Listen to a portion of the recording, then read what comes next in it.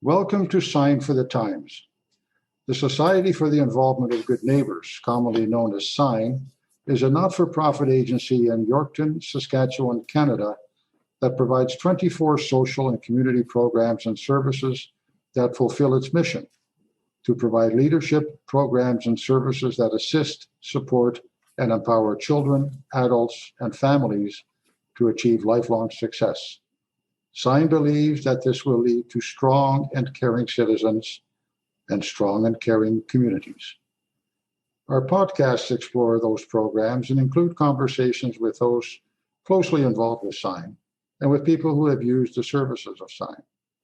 My name is Dick DeReich. We're talking today with Christopher Smith, who's the manager of the SIGN Life Skills program. Now, life skills is a fairly general term. Christopher, tell us what the purpose of the program is and what you intend to, or hope to, I guess, achieve with it. Basically, the goal of our program is to set up youth with the skills required to be successful in their adult lives. And for a lot of people, we think of hard skills like cooking and job searching, and those are all skills that we can assist with and have in the past. But a lot of our focus now is on something called 40 developmental assets, which is really what we structure our program around. And within these 40 developmental assets, they're split up into external assets and internal assets. And just to give a quick explanation on that, the external assets are supports, opportunities, and relationships young people need across all aspects of their lives, as well as the internal assets are personal skills, commitments, and values they need to make good choices, take responsibility for their own lives, and be independent and fulfilled. When I'm focusing on these, I really try to work on building peer interactions, relationship building, working through anxiety, what supports are out there in the community, as well as my program. That way, the individuals can always feel supported. And I think that helps them be successful going forth. Now, the program is intended for young people. This is a youth program, correct?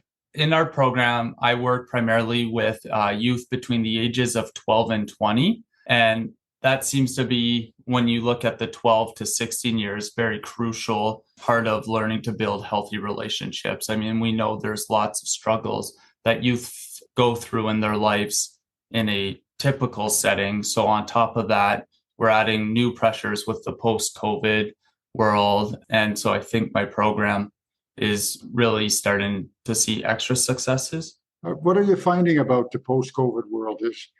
Has it had a fairly major, significant impact on young people? I mean, I think it does, just like it has with all of us. But I think with a lot of the virtual classrooms and learning opportunities, that it has made it difficult for youth to have that face-to-face connection that I think prior to COVID, we were starting to see disappear a little too. I mean, with the introductions of our cell phones and that, it's easy to be lost in a device as opposed to our face-to-face connections. And I think with our program, it's learning how to navigate using this technology that can help us, but also keeping those physical connections. So I'm assuming that generally your preference or the program's preference is to meet with people, young people, face to face. Yeah. The program that I know you've had going through the spring and into summer is called Teen Lounge at the public library in Yorkton downtown. Tell us about that. How did that get started? This is kind of an opportunity, like we mentioned, for kids to get together in person, right? The way this worked was I had kind of an idea in my head that, I offer group sessions and mentorship that we could talk about later, but that's more almost feels like a classroom setting, even though that's kind of not what I'm trying to make it feel like. So this idea of the Teen Lounge was, where's a place that we can just get together and have fun? And I know board games are something that a lot of the youth enjoy playing. So I approached the library and pitched this idea of, let's get a room once a month where youth 12 to 18 can come, play some games, have fun, meet people with similar interests. And if they show up to the library and decide board games aren't for them, but they want to go talk about books, movies, whatever interests they have, they're meeting individuals with similar interests and getting to make new connections. So in the youth's perspective, it's a fun night. They can come, hang out, come and go as they please, meet new friends. And then for myself, I get to facilitate a safe environment for youth and help the youth model positive interactions. I find it, I'm not sure whether ironic is the right word, but interesting that, as predominant as video games are and have been, that there really is a movement back to, face-to-face games like board games. And we're finding that in the community, for instance, in sports, golf, baseball, football. Kids are there almost seems to be a bit of a desire to get back to doing things off screen. Am I right in? Yeah, I think so. I think there's just something about that face-to-face interaction and positive fun and laughter that you can't mimic through a video game or through a video chat. There's just real-time cues that help us engage in a positive manner. And I think that's where, when we're looking at board games, physical activities, even music groups, right? Like if I'm interested in being part of a band, joining a band with people in real time would be a lot different than trying to do it through my phone. So I do think that we are starting to see a bit of a shift back to in person, just to kind of get those real connections again. I think that's kind of healthy. Yeah, I think so. I think it's, again, you really get to know someone when you're meeting them in person, right? I'm more invested. I have to be conscious of showing up to these activities with my friends on time and put that investment in, which in return, I generally will get a positive feedback, right? So I think youth are starting to realize that's maybe the connection that they once had that they're trying to get back to. So how has Teen Lounge been running since spring? What kind of reaction have you been getting from the kids who come there? I think it's been quite positive. So we're right now hovering around an average of 8 to 10 individuals that show up every month. They always seem to have fun. I would say the majority of them stay the whole 2 hours, and it's not mandatory to stay the 2 hours. And I think what the youth really value too is I've given them the opportunity that if there are certain games or activities that I do not have at that event, let me know and I'll do what I can to get that so we can have what the youth want. Next one's coming up, in a week's time or so? Yeah, June 20th at the library, and it will be from 4 to 6. Are you looking at perhaps continuing this through the summer when schools are out? Yeah, so I think with school being out, that lends a lot of free time for individuals, and not every individual has the opportunity to be in all sorts of activities or go on family trips. So my goal is to offer the Teen Lounge through the summer a couple times per month during normal hours. So there'll be daytime hours, I'm thinking, but my goal would be to have it a couple times. So once that information is solidified, it will be posted on our website. And our social media. We'll let the kids know about it. You also do mentorship, and you work with teachers and staff in schools. Tell us about that. What's involved in that? Where is it? When is it?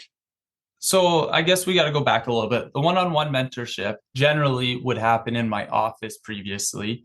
And what that is again, those 40 developmental assets. I work with the youth to target goals that they want to work on with the 40 developmental assets in mind. So, we'll work on things such as their values, the commitment to learning, constructive use of time, boundaries, expectations, positive identity. That all fits within the 40 developmental assets. But the one-on-one mentorship allows me to really target deficiencies that youth wants to improve, as well as their current strengths, and to build upon those strengths. So they're really in charge of what we work on, and I just help them navigate how to improve on all that. So then this year, I think one of the issues was being a one staff program. I'm very much tied to the amount of mentorship I can provide after hours. So I decided to approach the schools and explain my program, and the counselors really saw a benefit of having me come in and work with some of these individuals. And I think also where that alleviates pressure is if these are individuals that are busy after hours, but are struggling in school, they're still getting the benefits of the life skills program during their school hours. So it gives them a break from some of the academics, but still working on important skills. Do they volunteer for this? Are they referred? How does a young person get to you? How do they find out about the program? It is technically a referral, but it's open to anyone. A parent can refer them to myself, and all that information's on our website. Various programs through Sign have referred clients to me. Schools have referred to me. Mental health has referred to me. So my youth come from all different avenues of life, but it is open to anyone to make a referral. And then once a referral is made and I have capacity, I just work with the family or the guardian to sign an authorization form to accept services with myself, just because the youth are minors in most cases. Yeah. So the parents are involved, or the parents should be involved, need to be involved. Yeah. So, I mean, again, it's the involvement of the parent at the very minimum is that signing the authorization form. I really do try to work with that individual. And I mean, I try to build a relationship with the family as well, just to make sure that everyone's on the same playing field. There's one-on-one sessions. There's also group sessions. Yeah. So my group sessions, I do weekly here. They target a bunch of youth in a broader capacity. So again, we're working on a lot of those same things that I do on my one-on-one mentorship with the 40 developmental assets, but it's more in a broader sense just because I have 10 individuals at my group session. So it's not so individualized. The other thing I do with my group session is I really take advantage of a lot of the services we have in Yorkton. So I've had SHA come in and provide Narcan training to all my individuals. I've had them provide training around STIs and communicable diseases, as well as safe sex. I've had our Next Step program come in and deliver a presentation around boundaries and consent. So I'm really trying to take the resources we have in our community and also have them come and show their face to build more relationships, because I'm not always going to be involved with these youths, but I want them to know all these other services and programs we have available. And you mentioned several of them that are actually Sign programs. I'm sure there are a number of programs in Sign that would benefit some of the youth. Mm-hmm. Summer sessions. Summer coming up. We talked about the teen lounge, but summer is also for some young people can be kind of a lonely time because they don't have the daily connection with other kids at school. Yeah, so I think what happens with summer is we see lots of individuals, their lives get busy. So the commitment to a weekly session is just not possible. And that's okay. I mean, summer is a break from school. It could also be a break from my program. Now, that being said, I think there are some individuals that would benefit from it between the one-on-one mentorship, the teen lounge, and then I also plan on offering one group session per month of the summer. And that will be open to a broader audience, because my group sessions right now are a very targeted audience. In those sessions, I plan on one of them being about job readiness and the skills may be needed to apply for jobs. And we know when you're between the ages of 14 and 16, you need to do a youth readiness certificate. So that's something I can assist with, as well as the second session would kind of talk about self-care. We know that in life, there's lots of difficult times and we need to take care of ourselves. So making a plan with those individuals and what that looks like. Tell us a little bit about Christopher Smith. What is your background? What are your aspirations for this program?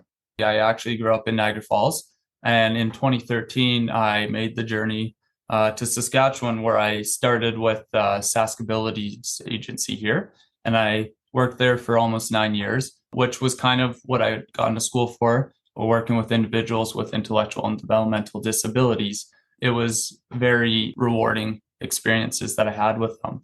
And then 2021, I saw an opportunity to work with Sign in one of their programs called Family Preservation, where I worked with families to help strengthen their families in order to prevent their children being apprehended or to reunify children in some circumstances. Growing up, I've worked with multiple organizations that worked with youth, and that was something that I had always found more rewarding and just inspiring. So I've worked with Tim Hortons Children Foundation camps in the past. And so this opportunity to run the life skills program came along last summer, and I was successful. And that's how I ended up in this program.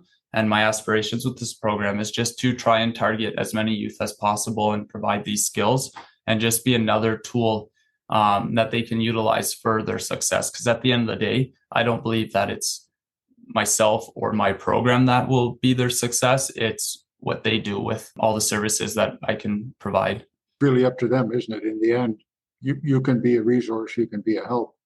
Yeah, that's exactly it. I mean, at the end of the day, they're the captain of their ship. And if they want to utilize the tools that I have for them to be successful, they can choose to do so. And maybe my tools aren't the best, but there's some other tools that I can help connect them with. And at the end of the day, they get to choose whether they want to utilize that or not. How do they get in touch with you? So I think the easiest place to go would be our website, because then that under our website would be the life skills program, and it'd have all the current information, as well as they can email me directly at c.smith@signyorkton, or they can text me at 306-621-2553 or leave a voicemail. I think the youth do want these services, and we're very much needed in the community, because I was looking back through my contacts for the last fiscal year, and we serviced 56 youth in between April 1st, 2022 to March 31st, 2023.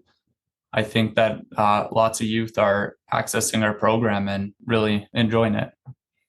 And a number of those would have been youth that, if it wasn't for the program, might not have known where else to turn, or might not have received the help and the advice that they were looking for.